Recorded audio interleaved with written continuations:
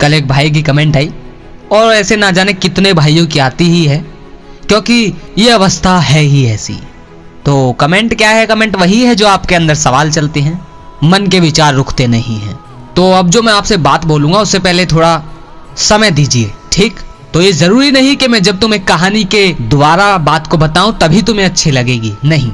जीवन बदलना है तो मैं वीडियो क्लिप भी ना डालूं तो भी तुम्हें सुननी चाहिए, और नहीं बदलना तो मैं चाहे कितनी भी अच्छी एडिटिंग करूं उससे कोई फर्क नहीं पड़ता।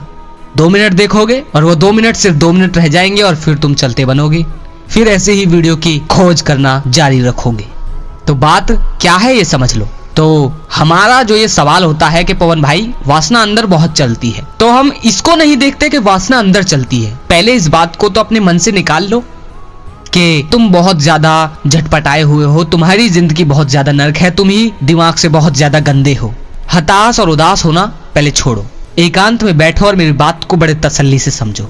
जो आज कुछ तुम हो अंदर से, चाहे खुद पर कितनी भी घिन आती हो, खुद से कितनी भी हीन भावना हो तुम्हारी, उसे पहले मन से निकाल दो, क्योंकि हम सवाल के असल जड़ पर ही चलेंगे। तो चलते हैं बात पर। तो तुम ये मत देखो कि वासना मन में आ रही है, पहले ये देखो कि शुरुआत आखिर हर वृत्ति की कैसे होती है। अब आपको सवाल या उदाहरण के लिए बताना चाहूं तो आप थोड़ा इस बात पर गौर कीजिए। बहुत से भाइयों के यहाँ ऐसे बच्चे होंगे जो छोटे छोटे हैं और उनके अंदर बहुत ज्यादा ऐब है। कोई बीड़ी पीता है, कोई गुटखा, शराब, हर वक्त मुंह में उनके गुटखा रहता ही रहता है।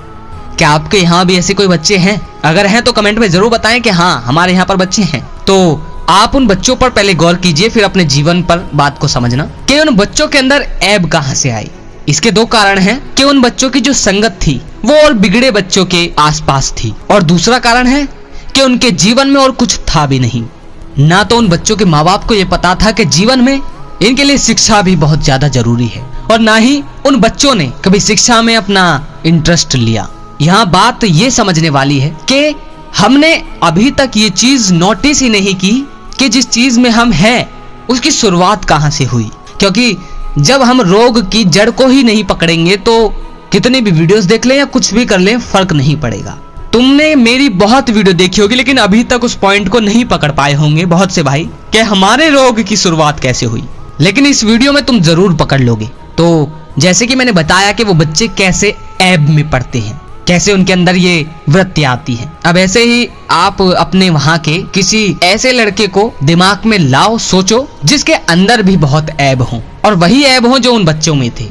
तो आप ये पाएंगे कि उस शख्स के जीवन में ना तो उस समय कुछ ऐसा था जब उसको ऐब लगने वाले थे, ना तो तब उसके जीवन में कुछ ऐसा था जिसमें वो खुद को खपा सके, और ना ही अब उसके जीवन में कुछ ऐसा है जिसमें वो खुद को खपा सके। इसीलिए जब उसके पास कुछ होगा नहीं तो कुछ ना कुछ उसे चाहिए ही। यहाँ बात हमारी और आपकी ही हो रही है। वृत्ति दोनों बराबर है, कोई नशे की तरफ है, कोई कामुकता की तरफ है। सबकी पकड़ एक ही है। क्या पकड़ है? कि जाना है एक तरफ। तो आपने ये देखा होगा जो पढ़े लिखे माँ बाप के बच्चे होते हैं, तो आपने देखा होगा कि पढ़े लिखे बच्चों में इस तरह की वृत्तियां बहुत कम होती हैं।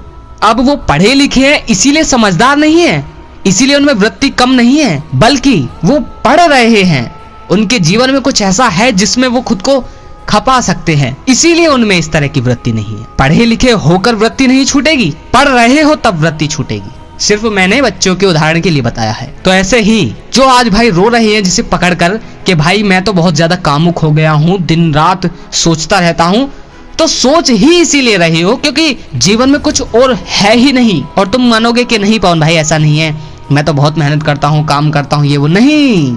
जिस काम को तुम कर रहे हो वो तुम्हारे लिए एक बोझ है। वो बोझ इसीलिए है क्योंकि उसमें तुम खुद को ऊंचा उठते महसूस नहीं कर रहे, तुम उस काम में लीन नहीं हो पा रहे क्योंकि वो ऊंचा नहीं है।